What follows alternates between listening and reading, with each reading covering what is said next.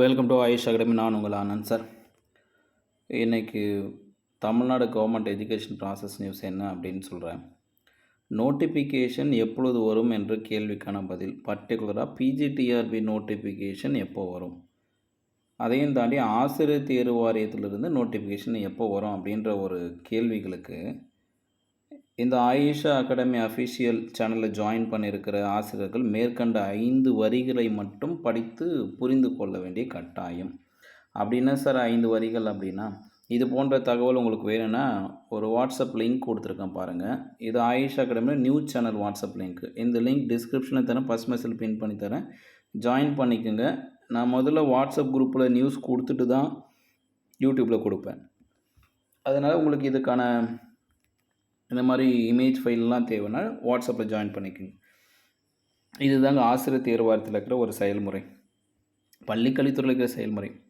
மாணவர்களின் எண்ணிக்கையின்படி ஆண்டுதோறும் August 1 first day of August அன்று உள்ளவாறு பணியாளர் நிர்ணயம் செய்யப்பட்டு உபரி பணியிடங்கள் ஏதேனும் ஏற்படும் பட்சத்தில் அவை தேவையுள்ள பள்ளிகளில் நிரப்பத்தகுந்த காலி பணியிடங்களில் பணி நிரவல் மற்றும் மாற்று பணி மூலம் நிரப்பப்பட்ட பின்னரே ஆசிரியர் தேர்வு வாரியத்தின் மூலம் புதிய நியமனத்திற்கான காலி பணியிடங்களை நிர்ணயம் செய்யப்படுகிறது.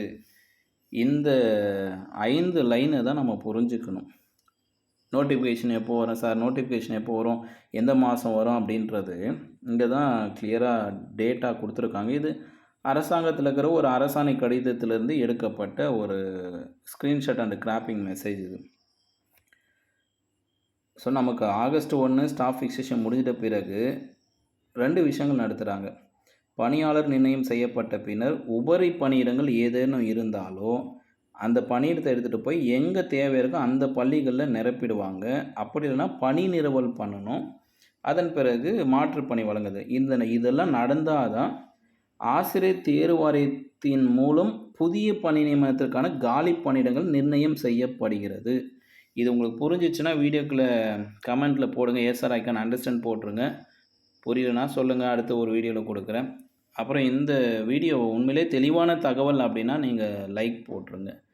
இந்த தகவல் சரியான தகவல் சார் அப்படின்னா நீங்கள் போகிற லைக்கை வச்சு நான் தெரிஞ்சுப்பேன். அப்புறம் சப்ஸ்கிரைப் பண்ணிக்கோங்க. டிஆர்பியால் நடத்தப்படுகின்ற தேர்வுகளுக்கு படிக்கின்ற அத்தனை ஆசிரியர்களுக்கும் இந்த வீடியோ அனுப்புங்க, ஷேர் பண்ணுங்கள். சப்ஸ்கிரைப் பண்ணவங்க ஷேர் பண்ணி விடுங்க, சப்ஸ்கிரைப் பண்ணாதவங்க சப்ஸ்கிரைப் பண்ணிட்டு ஷேர் பண்ணுங்கள். ஆசிரியர் தேர்வு வாரியத்தின் புதிய பணி நியமனம் எப்போ கிடைக்கும் நமக்கு? இந்த சர்ப்ளஸ், அப்புறம் இந்த டெப்டேஷன், அப்புறம் இதெல்லாம் நடந்து முடிஞ்ச பிறகு தான் இதெல்லாம் நடக்கும்ன்றது தகவல். மேலும் இது போல தகவலை சந்திக்கிறேன். இது ஆயிஷாவின் கசடர கற்க.